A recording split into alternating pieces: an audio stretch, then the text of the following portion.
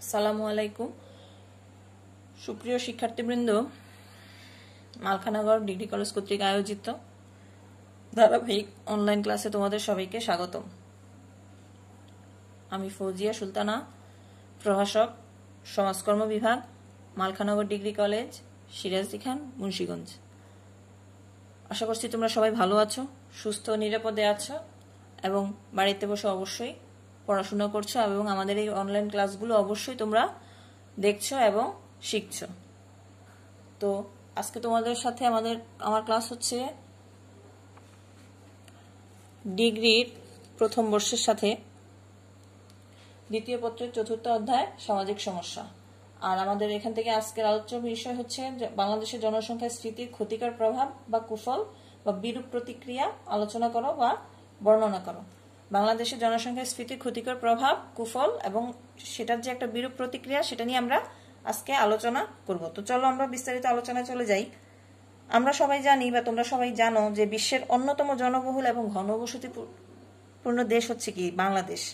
আর আমাদের দেশে জনসংখ্যা স্ফীতি হচ্ছে 1 নম্বর এবং জটিল এবং মারাত্মক সামাজিক সমস্যা। আর আমাদের দেশের জনসংখ্যা প্রায় 18 কোটির হয়ে গেছে। আর এই অধিক জনসংখ্যা বাংলাদেশের যেমন একটি আর্থসামাজিক সমস্যা, তেমনি এটি অন্যান্য অনেক সমস্যার সূত্রপাত হয়। কারণ এই অধিক জনসংখ্যা থেকেই অন্যান্য যে সামাজিক সমস্যাগুলো, যেমন বেকারত্ব, খাদ্যহীনতা, পুষ্টিহীনতা, তারপরে নিরক্ষরতা, এগুলো কর্মহীনতা, এগুলা নানা সমস্যা তৈরি হয়।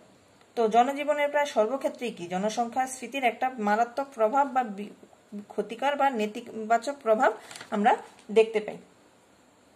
তো আসো আমরা বিস্তারিতভাবে জানি যে কি সেই ক্ষতিকর প্রভাবগুলো।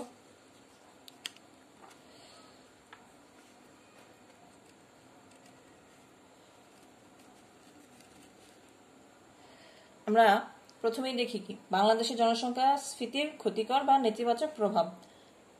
এক হচ্ছে কি খাদ্য ঘাটতি। বাংলাদেশে খাদ্যের উপর জনসংখ্যার একেবারে সুস্পষ্ট একটা কি প্রভাব বিদ্যমান। আমাদের দেশে বা বাংলাদেশে খাদ্য উৎপাদনের তুলনায় জনসংখ্যা বৃদ্ধির হার খুবই বেশি। আর এই 18 কোটি জনসংখ্যার দেশে মাথাপিছু ভূমির পরিমাণ 0.25 একর। এটা জনসংখ্যার তুলনায় এতই কম যে প্রতি বছর 15 থেকে 20 লাখ টন খাদ্যশস্য কি আমাদের বহির্বিশ্ব থেকে বা দেশের বাইরে থেকে, অন্যান্য দেশ থেকে আমদানি করতে হয়। এছাড়া প্রতি বছর আমাদের প্রায় 24 লাখেরও বেশি শিশু জনসংখ্যার সাথে যুক্ত হয়। ফলে খাদ্য সংকট আরো তীব্র আকার ধারণ করে, যার ফলে জনগণ তাদের যে নির্দিষ্ট কিলো ক্যালোরি খাদ্য গ্রহণ প্রতিদিন প্রয়োজন, সেটা থেকে তারা বঞ্চিত হচ্ছে। তারপরে 2, দারিদ্র্য। বাংলাদেশে ব্যাপক গণদারিদ্র্যের অন্যতম প্রধান কারণ হচ্ছে কি এই জনসংখ্যা বৃদ্ধি বা জনসংখ্যা স্ফীতি। জাতিসংঘের উন্নয়ন কর্মসূচি ইউএনডিপি প্রকাশিত মানব উন্নয়ন প্রতিবেদনে বলা হয়েছে যে তথ্য অনুযায়ী বাংলাদেশে দারিদ্র্যের অবস্থান 139তম। তাছাড়া বাংলাদেশে মাথাপিছু আয় প্রতি অর্থ বছরে মোট দেশজ উৎপাদনের মাত্র $445। ফলে অধিকাংশ লোকই ন্যূনতম মৌলমানবিক চাহিদা পূরণ করতে সক্ষম না হওয়ায় মানবতর জীবনযাপন করতে বাধ্য হয়। এবং এই অধিক জনসংখ্যার ফলে কি দেশের একটা বৃহত্তর জনগোষ্ঠী দারিদ্র্য বা চরম দারিদ্র্য সীমার নিচে বসবাস করে থাকে। তারপরে দেখো গৃহ ও বস্তি সমস্যা। বাংলাদেশে গৃহ সংকট ও বস্তি সমস্যার অন্যতম প্রধান কারণ হচ্ছে কি এই জনসংখ্যা স্ফীতি। কিভাবে? যেমন বাংলাদেশে ক্রমবর্ধমান জনসংখ্যার জন্য প্রতি বছর প্রায় 4 লক্ষ বাসস্থানের কি প্রয়োজন, অতিরিক্ত বাসস্থানের প্রয়োজন। আর এই অধিক জনসংখ্যাকে বাসস্থানের অভাবে কি উন্মুক্ত আকাশের নিচে বা জরাজীর্ণ কুটিরে গাদাগাদি করে থাকে বা বস্তির মতো মানবেতর জীবনযাপন করতে কি তারা বাধ্য হয়। এছাড়া যেমন বিভিন্ন প্রাকৃতিক বিপর্যয়ের কারণে, যেমন হঠাৎ করে ঘটে যাওয়া নদী ভাঙ্গন বা বন্যা, জলোচ্ছ্বাসের কারণে কি অনেক মানুষ মুহূর্তেই গৃহহীন হয়ে যায়। ফলে কি তারা বাধ্য হয়ে খোলা আকাশের নিচে বসবাস করতে হয়, এবং এতে কি হয়, গৃহ বাসস্থান এবং বাসস্থান সংকট দেখা দেয় এবং বস্তি সমস্যার মতো একটা মারাত্মক অস্বাস্থ্যকর পরিস্থিতির তৈরি হয়। আর এই সমস্যাগুলো থেকে নানা ধরনের রোগ ব্যাধি, সামাজিক সমস্যা, সামাজিক অসঙ্গতি দেখা দেয়। তারপরে দেখো বস্ত্র ঘাটতি, বস্ত্র বা পোশাক ঘাটতি। জনসংখ্যার স্ফীতিতে দেশে বস্ত্র ঘাটতির বৃদ্ধি সহায়তা করেছে। যেমন বাংলাদেশের পরিসংখ্যান ব্যুরোর মতে মাথা পিছু বছরে 10 মিটার বস্ত্রের প্রয়োজন বা পোশাকের প্রয়োজন। ফলে দেশে মোট 128.10 কোটি মিটার কাপড়ের প্রয়োজন। আর দেশের অভ্যন্তরীণ চাহিদা ও নতুন জনসংখ্যার তুলনায় এই উৎপাদন একেবারেই অপ্রতুল বা নগণ্য। ফলে কি হয়, একটা মারাত্মক বস্ত্র সমস্যা দেখা দেয়। ফলে কি হয়, বাধ্য হয়ে আমাদের দেশের বাইরে থেকেও আমরা এগুলোর উপর নির্ভরশীল হয়ে পড়ি আমদানিতে। তারপরে দেখো শিক্ষা সমস্যা। জনসংখ্যার স্ফীতির একেবারে অন্যতম একটা প্রভাব কি আমাদের শিক্ষা ব্যবস্থার উপরে পড়ে। কারণ বাংলাদেশের অধিক জনসংখ্যার ফলে কি নিরক্ষরতা, অজ্ঞতা, দক্ষ জনশক্তির অভাব প্রভৃতি সমস্যা দেখা দিচ্ছে। গুণগত শিক্ষার মান, অবকাঠামোগত সুযোগ সুবিধা, শিক্ষক ও শিক্ষা উপকরণ ইত্যাদি জনসংখ্যার তুলনায় একেবারেই বাড়েনি। আর জনসংখ্যার আধিক্যের ফলে এসব সম্ভব হচ্ছে না। শিক্ষা প্রতিষ্ঠানের সংকট, শিক্ষা উপকরণের সংকট, তারপরে শিক্ষার্থীদের যে ন্যূনতম সুযোগ সুবিধা সেগুলোর সংকট, এগুলোর জন্য কি শিক্ষা ব্যবস্থার উপরে একটা মারাত্মক নেতিবাচক প্রভাব বিস্তার করে থাকে জনসংখ্যা সমস্যা। স্বাস্থ্যহীনতা ও পুষ্টিহীনতা। ক্রমবর্ধমান জনসংখ্যার চাপে দেশে স্বাস্থ্যহীনতা ও পুষ্টিহীনতা মারাত্মক আকার ধারণ করেছে। তারপরে দেখো যে আমাদের দেশে হাসপাতালের শয্যা প্রতি জনসংখ্যা 4036, আর রেজিস্টার্ড ডাক্তারের প্রতি জনসংখ্যা হচ্ছে 3977। আর আমরা বর্তমান যে করোনা পরিস্থিতি, এতে কি আমরা দেখতে পাচ্ছি যে আমাদের দেশের স্বাস্থ্য খাত বা পুষ্টি খাত কতটা দুর্বল বা জনসংখ্যার তুলনায় কতটা অপ্রতুল। আমাদের যেখানে প্রতিদিন হাজার হাজার রোগে আক্রান্ত হচ্ছে, সে তুলনায় আমাদের চিকিৎসা, হসপিটালের বেড সংখ্যা বা হসপিটালের যে ডাক্তার সংখ্যা বা সুযোগ সুবিধা সেটা একেবারেই অপ্রতুল। আর এর ফলে এটা কি জনসংখ্যা অধিক হওয়ার কারণে কিন্তু এই সমস্যাগুলো হয়ে থাকে। এর ফলে কি জনসংখ্যার একটা বৃহত্তর অংশ মারাত্মক স্বাস্থ্যহীনতা এবং পুষ্টিহীনতার শিকার হয় এবং স্বাস্থ্য ঝুঁকিতে অবস্থান করে। তারপরে দেখো বেকারত্ব। জনসংখ্যার স্ফীতির আর একটা মারাত্মক নেতিবাচক প্রভাব হচ্ছে কি বেকারত্ব। এই ক্রমবর্ধমান জনসংখ্যার প্রভাবে দেশে জনসংখ্যা বাড়লে কি হবে, দেশের আয়তনও বাড়ে না আর কর্মসংস্থানও বাড়ে না। ফলে কি হয় যে কর্মক্ষম একটা অংশ না চাইলেও তাদের বেকারত্ব বহন করতে হয় বা গ্রহণ করে থাকতে হয়। কারণ তাদের শক্তি ও চাহিদা থাকা সত্ত্বেও, সামর্থ্য থাকা সত্ত্বেও তারা যোগ্যতা অনুযায়ী কাজ পাচ্ছে না।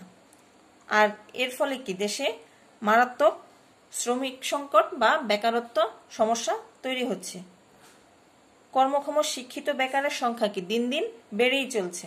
আর কিন্তু সেই অনুযায়ী আমাদের চাকরি ক্ষেত্রে সেই যে চাহিদা থাকার কথা, যে পোস্ট থাকার কথা, সেগুলা থাকছে না। আর এর ফলে জনসংখ্যার ভিতরে একটা কর্মক্ষম অংশ কি সবসময় বেকারই থেকে যাচ্ছে, যা দেশের উন্নয়ন প্রক্রিয়ায় মারাত্মক হুমকি স্বরূপ। তারপরে দেখো নির্ভরশীলতা বৃদ্ধি। বাংলাদেশের জনসংখ্যা বৃদ্ধির সাথে নির্ভরশীল ও কর্ম অক্ষম জনগোষ্ঠীর সংখ্যাও দ্রুতগতিতে বাড়ছে। এদের মধ্যে রয়েছে শিশু, বয়স্ক, প্রবীণ, প্রতিবন্ধী, অসুস্থ প্রভৃতি শ্রেণীর জনগণ। এরা কি এই শ্রেণীর লোকগুলো কি একেবারে পরিবারের অন্যান্য সদস্যদের উপর নির্ভরশীল। আর এই নির্ভরশীলতা বৃদ্ধিতে অল্প সংখ্যক লোককে কি অধিক সংখ্যক লোকের ব্যয়ভার বহন করতে হচ্ছে, যার ফলে কি একটা মারাত্মক সামাজিক সংকট বা সামাজিক সমস্যা তৈরি হয়ে যাচ্ছে। একটা অর্থনৈতিক সমস্যা, খাদ্য সমস্যা, পুষ্টি সমস্যা, সবকিছু এই নির্ভরশীলতার কারণে দিন দিন বেড়ে যাচ্ছে। পারিবারিক বিশৃঙ্খলাও কিন্তু এই নির্ভরশীলতার কারণটাই অনেকটাই হয়ে থাকে। তারপরে দেখো ভূমি ও কৃষির উপর প্রভাব। জনসংখ্যাস্ফীতির একেবারে সরাসরি প্রভাব পড়ে কি ভূমি এবং কৃষি ব্যবস্থার উপর। এই ক্রমবর্ধমান জনসংখ্যার ফলে মাথাপিছু জমির পরিমাণ কি হ্রাস পেয়ে যায়, কারণ অধিক পরিমাণ বসত বাড়ি স্থাপন করতে গিয়ে আবাদি ফসলি জমি সেখানে বসতি স্থাপন করতে হয়, এবং এর ফলে কি জমির আবাদি ফসল ফলানোর যে জমির সংখ্যা কমে যাচ্ছে। কৃষি ব্যবস্থা কি, আর আমাদের দেশের বেশিরভাগ মানুষই কৃষি নির্ভরশীল। এর ফলে কি তারা কৃষি জমি ঘাটতি দেখা দেয়, ফসল উৎপাদনে ঘাটতি দেখা দেয়। আর জনসংখ্যা বৃদ্ধির ফলে মাথাপিছু ভূমির পরিমাণ যেমন কমে যায়, তেমনি বসতবাড়ি অন্যান্য নির্মাণের ফলে আবাদি জমির পরিমাণ কি হ্রাস পেয়ে যায়। ফলে ক্ষুদ্র জমিতে চাষাবাদ বিঘ্ন হওয়ায় কৃষি উৎপাদন ব্যবস্থা মারাত্মকভাবে ব্যাহত হয়। তারপরে দেখি আমরা উন্নয়ন ব্যাহত।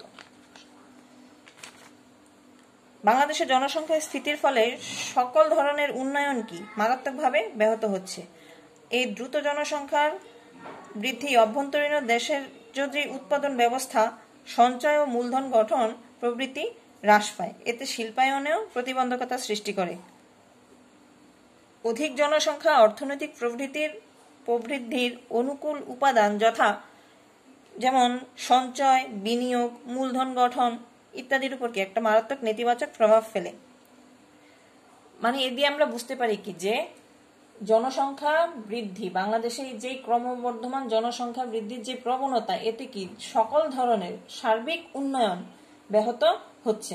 তারপরে দেখো প্রাকৃতিক ভারসাম্যহীনতা। বাংলাদেশে ক্রমবর্ধমান জনসংখ্যার চাপে বা জনসংখ্যার প্রভাবে যে পরিবেশগত বা প্রাকৃতিক যে ভারসাম্য ও পরিবেশ দূষণ সে মারাত্মকভাবে বা মারাত্মক আকার বা প্রকট আকার ধারণ করেছে। ফলে অতিবৃষ্টি, অনাবৃষ্টি, বন্যা, খরা, নদী ভাঙন, জলোচ্ছ্বাস প্রভৃতি সমস্যা সৃষ্টি হচ্ছে। আর গাছপালা, আবাদি জমি, কারণ বন উজাড় করে কিন্তু বসতি স্থাপন বা শিল্প কলকারখানা স্থাপন হওয়ার ফলে কি প্রাকৃতিক ভারসাম্য যেটা সেটা বিনষ্ট হয়ে যায়। ফলে কি সহজেই ঝড়, বৃষ্টি, বন্যা আমাদের দেশকে আক্রান্ত করে ফেলছে। আর এগুলা হচ্ছে কি অধিক জনসংখ্যার কারণে। তারপরে দেখো বৈদেশিক নির্ভরশীলতা। জনসংখ্যা বৃদ্ধির ফলে দেশের অভ্যন্তরীণ যেই উন্নয়ন, অভ্যন্তরীণ যে আয়, অভ্যন্তরীণ যেই কর্মক্ষমতা বা যে ধারাবাহিকতা বা উৎপাদন ব্যবস্থা সেটা কি মারাত্মকভাবে ব্যাহত হয়। ফলে কি হয় আমাদের বৈদেশিক সাহায্য, অনুদান, ঋণ প্রভৃতির উপর নির্ভরশীল হয়ে পড়তে হয়েছে, বা আমরা অলরেডি সেটা হয়ে গেছি। আয় ব্যয়ের ঘাটতি মোকাবেলায় বাজেটের সিংহভাগ বৈদেশিক উৎস থেকে সরবরাহ করা হচ্ছে। তারপরে দেখো সামাজিক ভারসাম্যহীনতা।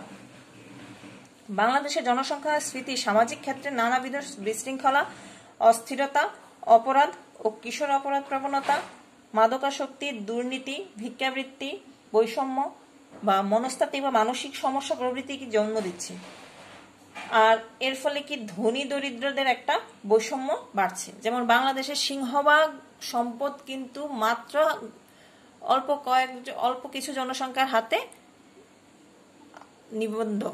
এর ফলে কি হচ্ছে ধনী শ্রেণী অধিক পরিমাণে ধনী হয়ে যাচ্ছে এবং যারা দরিদ্র তারা দিন দিন দরিদ্র সীমার নিচে বসবাস করছে। আর এর ফলে কি সামাজিক যেই ভারসাম্য বা সামাজিক যে শৃঙ্খলা সেটা মারাত্মকভাবে ব্যাহত হয়। তারপরে দেখো যাতায়াত ব্যবস্থায় চাপ। জনসংখ্যার আধিক্যের ফলে দেশে যাতায়াত ব্যবস্থার উপর অত্যধিক চাপ সৃষ্টি হচ্ছে। যেমন ট্রেন, বাস, লঞ্চ, স্টিমার, নৌকা প্রভৃতি পরিবহনে কি ধারণ ক্ষমতার অতিরিক্ত যানবাহন বহন করা হয়। আর এর ফলে কি প্রতিনিয়তই মারাত্মক দুর্ঘটনা ঘটছে। যেমন আমাদের দেশে সম্প্রতি বা কয়েক বছরের ভিতরে দেখা গেছে যে প্রতিনিয়তই হচ্ছে আমার সড়ক পথে আমাদের দুর্ঘটনাগুলো হচ্ছে। অধিক জনসংখ্যা নিয়ে বা অধিক যাত্রী নিয়ে পরিবহন করা যে যানবাহনগুলো সেগুলা দুর্ঘটনায় পতিত হচ্ছে। যেমন লঞ্চ, আমাদের দেশে অনেক লঞ্চ ডুবির ঘটনা আছে এবং সেগুলো সবগুলোই কিন্তু অতিরিক্ত যাত্রী পরিবহনের ফলেই হয়েছে। আর এই অধিক জনসংখ্যার কারণেই এই যাতায়াত ব্যবস্থা একটা মারাত্মক ক্ষতিকর প্রভাব বা চাপ তৈরি হয়। যেমন আমাদের দেশে উৎসবের সময়, যেমন ঈদ, পূজা বা অন্যান্য উৎসবের সময় কিন্তু আমরা এই সমস্যাটা মারাত্মক আকার ধারণ করতে দেখি। তারপর দেখো পারিবারিক ও মনস্তাত্ত্বিক সমস্যা। জনসংখ্যা স্ফীতির ফলে পারিবারিক ও সামাজিক বন্ধন কি দিন দিন লোপ পেয়ে যাচ্ছে। একক পরিবার গঠন সৃষ্টি হচ্ছে বা একক পরিবার সৃষ্টি হচ্ছে, দাম্পত্য কলহ বাড়ছে, বিচ্ছেদ বাড়ছে, বিবাহ বিচ্ছেদ বাড়ছে, নির্ভরশীলদের নিরাপত্তাহীনতা বাড়ছে, তারপরে হতাশা, ব্যর্থতা থেকে বিনোদন সমস্যা, নৈতিক অধঃপতন, এগুলাকে অপসংস্কৃতির অনুপ্রবেশ, এগুলো যেমন পারিবারিক এবং মনস্তাত্ত্বিক। পারিবারিক সমস্যা কোনগুলো, যেমন দাম্পত্য বিচ্ছেদ, বিবাহ বিচ্ছেদ, নিরাপত্তাহীনতা। তারপরে মনস্তাত্ত্বিক সমস্যা হচ্ছে বিচ্ছিন্নতা, হতাশা, ব্যর্থতা, নির্মল বিনোদনের সমস্যা, নৈতিক অধঃপতন এবং অপসংস্কৃতির অনুপ্রবেশ বেড়ে যাচ্ছে। পারিবারিক যে বিশৃঙ্খলা, পারিবারিক যে বন্ধন অধিক জনসংখ্যার জন্য কি সেটা ভেঙে যাচ্ছে। যৌথ পরিবারগুলো ভেঙে ক্ষুদ্র পরিবার হচ্ছে। তারপরে অধিক জনসংখ্যার ফলে অর্থনৈতিক সমস্যা দেখা দিচ্ছে, ফলে দাম্পত্য কলহ, পারিবারিক কলহ বা পারিবারিক একটা বিশৃঙ্খলা তৈরি হচ্ছে। আর সে থেকে কি আসে? হতাশা আসে, ব্যর্থতা, এবং সেজন্য একটা মনস্তাত্ত্বিক বা মানসিক সমস্যা হয়ে যায়। আর ফলে মানুষ কি হয়? হতাশায় নিমজ্জিত হয়ে যায়। তারপরে দেখো জীবনযাত্রার নিম্নমান, জনসংখ্যা বৃদ্ধিতে মানুষের জীবন মান নিচু হয়ে যায়, বিশেষত দরিদ্রতা বেশি ক্ষতিগ্রস্ত হয়। তাদের জীবনের মান, উৎকর্ষতা, প্রত্যাশা নিম্নমুখী হতে থাকে। তারপরে মূলধন গঠন ও বিনিয়োগ ব্যাহত হয়। জনসংখ্যা বিস্ফোরণে সঞ্চয় ও বিনিয়োগ মারাত্মকভাবে বিঘ্নিত হয়। বিশিষ্ট জনবিজ্ঞানীরা বলেছেন যে ঘনবসতিপূর্ণ অনুন্নত কিছু দেশের অভিজ্ঞতা থেকে তারা বলেন যে দ্রুত জনসংখ্যা বৃদ্ধি সঞ্চয় হার হ্রাস করায় সেখানে অতি অল্প মূলধন গঠিত হয় এবং যেটুকু হয় তার এক বড় অংশ অনুৎপাদনশীল বিনিয়োগে স্থানান্তরিত হয়ে যায়। তারপরে দেখো নিয়োগ ও আয় বন্টন প্রতিক্রিয়া। জনসংখ্যার দ্রুত বৃদ্ধি স্বল্পোন্নত দেশে নিয়োগের সুযোগ হ্রাস, আয় বৈষম্য ও দারিদ্রতা কি ক্রমান্বয়ে বৃদ্ধি করে থাকে। যেমন বিশ্বব্যাংকের একটা গবেষণায় বিশ্বব্যাংক দেখেছে যে জনসংখ্যা 1% বৃদ্ধি পেলে মোট জনসংখ্যায় সবচেয়ে গরিব 40%-এর আয় 1.6% কমে যায়। আর বাংলাদেশ তো এক্ষেত্রে একেবারেই কঠিন একেবারে একটা প্রযোজ্য ক্ষেত্র। তারপরে দেখো সঞ্চয়, বিনিয়োগ ও বাজেটে প্রভাব। বাংলাদেশের মতো স্বল্পোন্নত বা উন্নয়নশীল দেশে জনসংখ্যা বৃদ্ধিতে মোট সঞ্চয় হ্রাস পেয়ে বিনিয়োগ ব্যাহত হয়। আবার নির্ভরদের শিক্ষা, স্বাস্থ্য, সামাজিক নিরাপত্তা ইত্যাদিতে কি বাজেটে বিশেষ বরাদ্দের প্রয়োজন হয়ে পড়ে। ফলে সরকার একটা মারাত্মক অর্থনৈতিক বা যেই তাদের বাজেটের উপর একটা ক্ষতিকর প্রভাব ফেলে। তারপরে দেখো প্রাকৃতিক সম্পদ লোভ।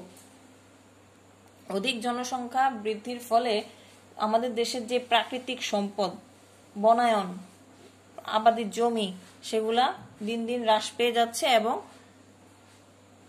প্রাকৃতিক ভারসাম্য বিলুপ্ত হচ্ছে। তারপরে দেখো পারিবারিক বিশৃঙ্খলা। অধিক জনসংখ্যার ফলে কি পারিবারিক বিশৃঙ্খলা দেখা দেয়। অর্থনৈতিক সংকটের ফলে খাদ্য সংকট, বস্ত্র সমস্যা বা মৌলমানবিক চাহিদা পূরণের ঘাটতি দেখা দিলেই কিন্তু সেখানে বিশৃঙ্খলা বা পারিবারিক বিশৃঙ্খলা দেখা দেয়। ফলে কি বিচ্ছেদ, বিবাহ বিচ্ছেদের মতো ক্ষতিকর প্রভাবগুলো দেখা দেয়। আর এছাড়াও যেমন আছে দেখো অন্যান্য কিছু দিক আছে। জনসংখ্যা স্ফীতির ফলে কৃষি ও প্রাকৃতিক সম্পদের উপর চাপ বাড়ে, জমি খণ্ডবিখণ্ড হয়, শিল্পায়ন হয় না, কারিগরি উন্নয়ন ব্যাহত হয়, মৌল সুযোগ সুবিধার অভাব দেখা দেয়, তারপরে বৈদেশিক মুদ্রার অপচয় হয়। এছাড়া আরো অন্যান্য সমস্যা তৈরি হয়ে থাকে। তো আর আমরা এই আলোচনা থেকে আমরা বলতে পারি যে জনসংখ্যা স্ফীতি বাংলাদেশের আর্থসামাজিক জীবনে মারাত্মক ক্ষতিকর প্রভাব বিস্তার করছে। এই সমস্যা দেশে অন্যান্য অনেক সমস্যার জন্য দায়ী, কারণ এই সমস্যা জনসংখ্যা সমস্যা থেকেই অন্যান্য সমস্যাগুলো তৈরি হয়ে থাকে, যা একটি দেশের উন্নয়নের জন্য বা জাতীয় উন্নয়নের জন্য মারাত্মক ক্ষতিকর প্রভাব বিস্তার করে থাকে। তো শিক্ষার্থীবৃন্দ, আজকের মতো এখানেই শেষ। পরবর্তী ক্লাসে তোমাদের সাথে আলোচনা হবে। তোমরা অবশ্যই বাসায় পড়াশোনা করবে। ভালো থেকো, সুস্থ থেকো। আল্লাহ হাফিজ।